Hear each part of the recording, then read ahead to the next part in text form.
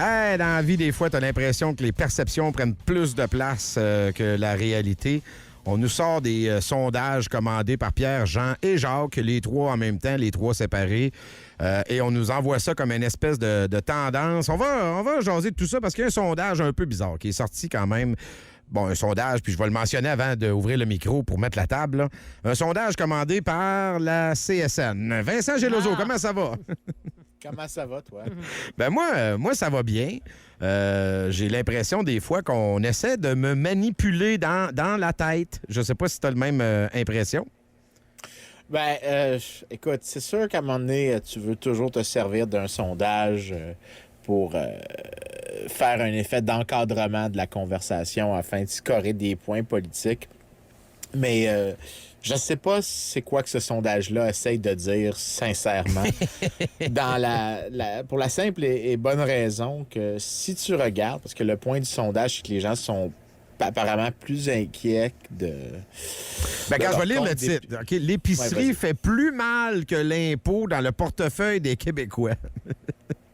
Ben, j'ai de la difficulté à comprendre pourquoi ça serait le cas, parce que, écoute, chaque année, depuis maintenant peut-être 25 ans, l'Institut Fraser sort une étude qui regarde l'évolution des impôts et l'évolution des dépenses essentielles des ménages, donc logement, alimentation, vêtements, puis il regarde lequel des deux a augmenté plus vite. Bon, si tu remontes, parce qu'ils sont capables de le faire, puis ils remontent plus loin en arrière que les dernières 30 ans, ils commencent en 1961. Quand tu regardes en 1961, les dépenses essentielles sur le logement, le vêtement et l'alimentation, pour la famille moyenne, c'était un peu en haut de 50 % des dépenses. Okay.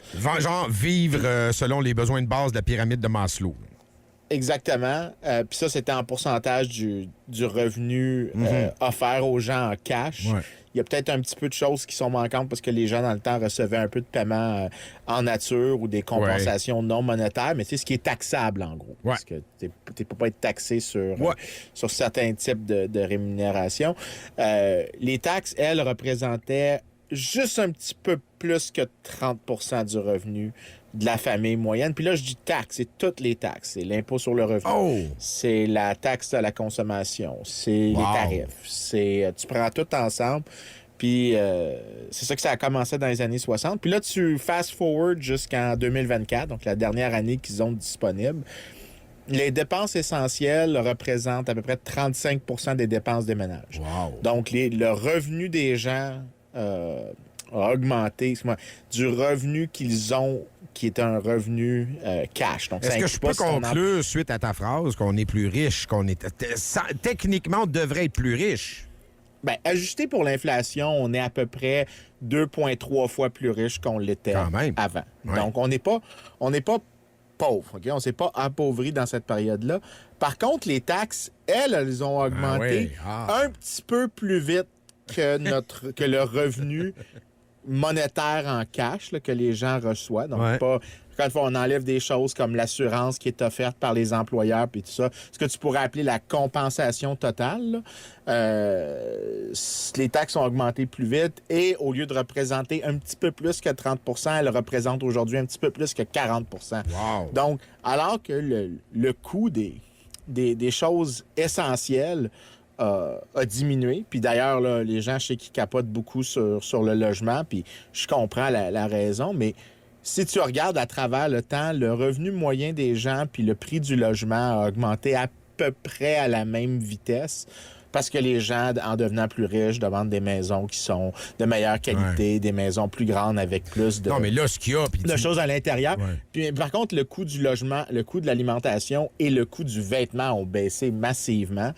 Donc, tu peux pas dire que les gens se sont dramatiquement appauvris. En fait, tout dit qu'ils se sont enrichis. Mais pourquoi, la chose, d'abord, par contre, qui fait une ponction plus élevée, c'est les taxes. Ben oui. C'est les taxes qui ont augmenté plus vite. Ouais. Puis, mais quand on dit explosion, puis c'est vrai, je veux dire, il y a le prof Charlebois qui dit, bon, l'inflation alimentaire est plus importante, puis ça augmente. Puis c'est parce qu'on se réfère pas à il y a 80 ans.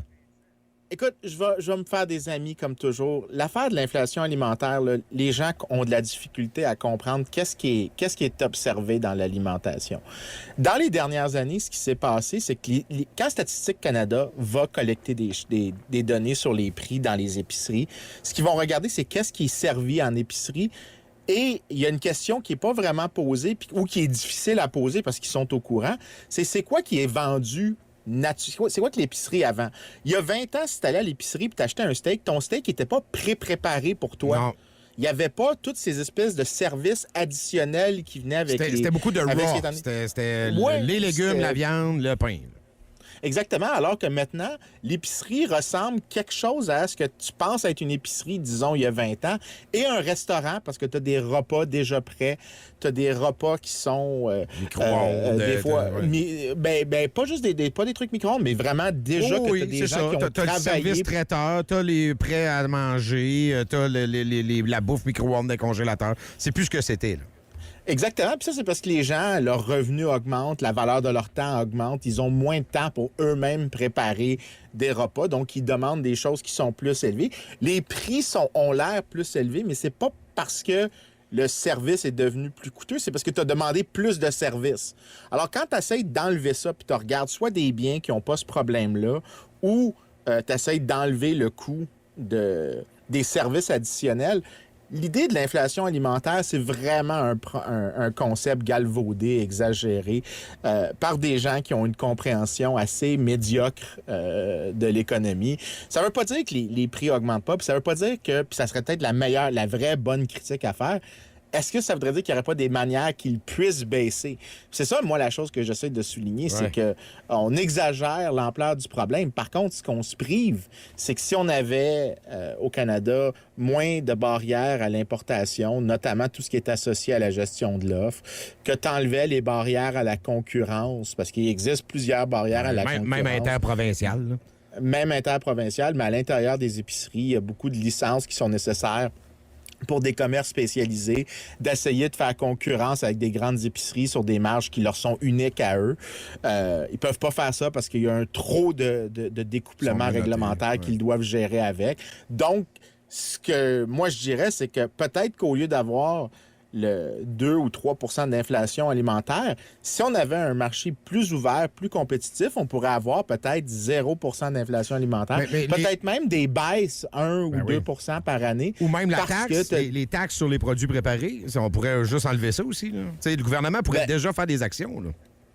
En fait, faut souligner, bon, c'est sûr qu'il y a des exemples. C'est pas tous les produits qui sont exemptés, mais il y a plusieurs produits alimentaires qui ne sont pas assujettis déjà à des taxes de vente en épicerie. Mais je te dirais que moi, je suis pas fan de l'idée de détaxer certains produits. Ce que je préfère, parce que ça fait des distorsions économiques assez importantes de faire ça. Parce que ça change les choix des consommateurs. Parfait. D'abord, je te propose, on détaxe toute la bouffe. Peu importe, ça se mange, on détaxe. En fait, ce que je te dirais, c'est que je serais plus partisan de l'idée, OK, identifions des dépenses que l'État peut éliminer.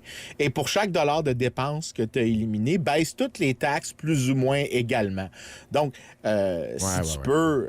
c'est ça la chose que j'essaie de dire depuis plusieurs années, puis je me fais toujours des amis. Il n'y a pas de solution magique à la situation actuelle, à des taxes trop élevées. Il faut que tu trouves des programmes de dépenses de l'État, que tu les élimines, que tu fasses des réformes. Puis il faut que tu coupes les dépenses. Puis chaque fois que tu coupes les dépenses, il faut que tu baisses les taxes. Il faut pas que tu essaies de faire des trucs ciblés ou est-ce que tu donnes une nanane à un groupe ou un crédit d'impôt à un autre groupe. Ce que tu fais, c'est que tu prends tous les taux puis tu les baisses. Ça serait vraiment l'idéal à suivre. Je me fais pas des amis en disant ça. Ben non, mais il n'y a pas de solution magique. Il faut couper les dépenses si tu veux pouvoir couper les taxes.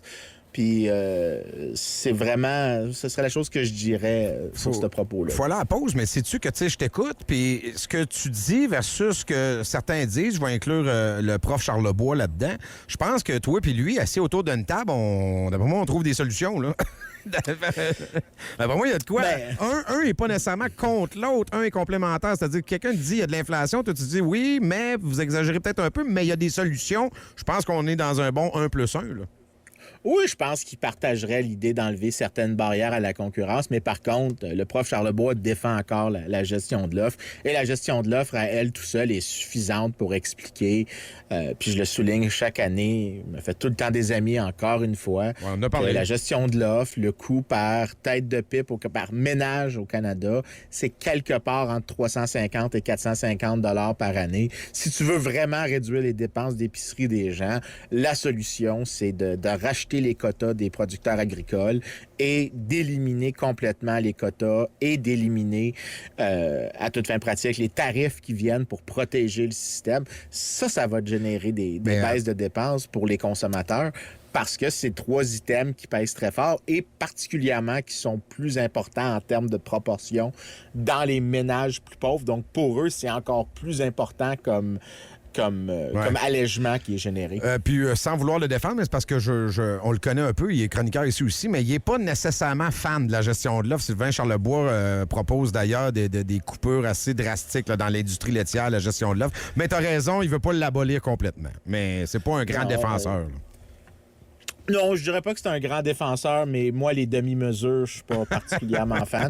Tu fais les choses Radical. comme il faut. Comme dirait Ron Swanson dans Parks and Recreation, don't half-ass 2 things, Hey, whole-ass 1 thing. Ce gars-là, c'est un de mes personnages préférés, il est malade. Hey, Je l'adore, moi aussi. merci Vincent, toujours un plaisir. On se parle la semaine Toujours un prochaine. plaisir. Salut, Cheers. bye.